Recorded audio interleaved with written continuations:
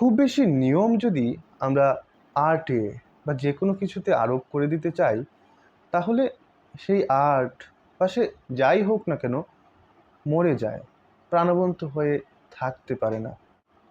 Art মূলত নিয়ম ভাঙার মাধ্যমেই তৈরি হয়। লিঙ্গুইস্ট ফার্দিনান্দ সোসর এটা খুব সুন্দর করে বুঝিয়েছেন তার ভাষার তত্ত্বে। তিনি ভাষাকে দুটো ভাগে ভাগ করছেন। বলছেন যে একটা ভাষার অ্যাবস্ট্রাক্ট রূপ, রুল বুক যেটাকে বলা যায়,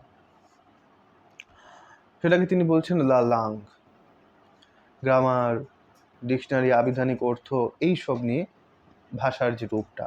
আর আরেকটা রূপ বলছেন তিনি, সেটা হচ্ছে লা প্যারোল। লা প্যারোল কি জিনিস?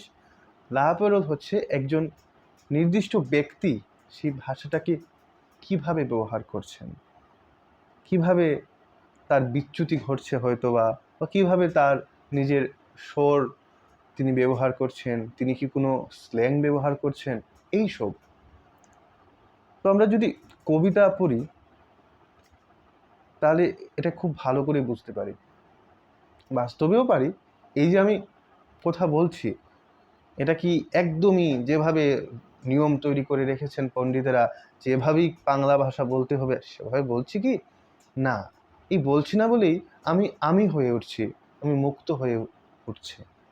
যেমন ধরুন জীবনানন্দ দাশের একটা কবিতা, সুরঞ্জনা ওইখানে যেও না কো তুমি, বলো না কো কথা ওই যুবকের সাথে, কি কথা তাহার সাথে, তার সাথে।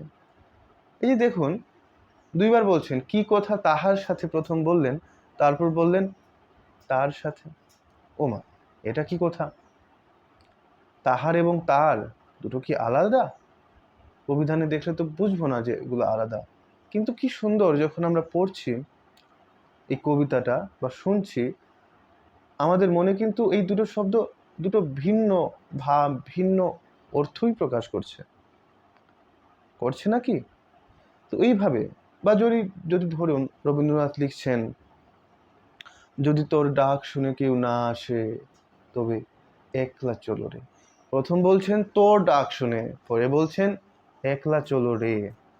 বাংলা পরীক্ষা দিতে গিয়ে কি এভাবে লিখতে পারবো? পারবো না। চলো রে হলে তুমি বলতে হবে, আর তুই বললে চল রে বলতে হবে।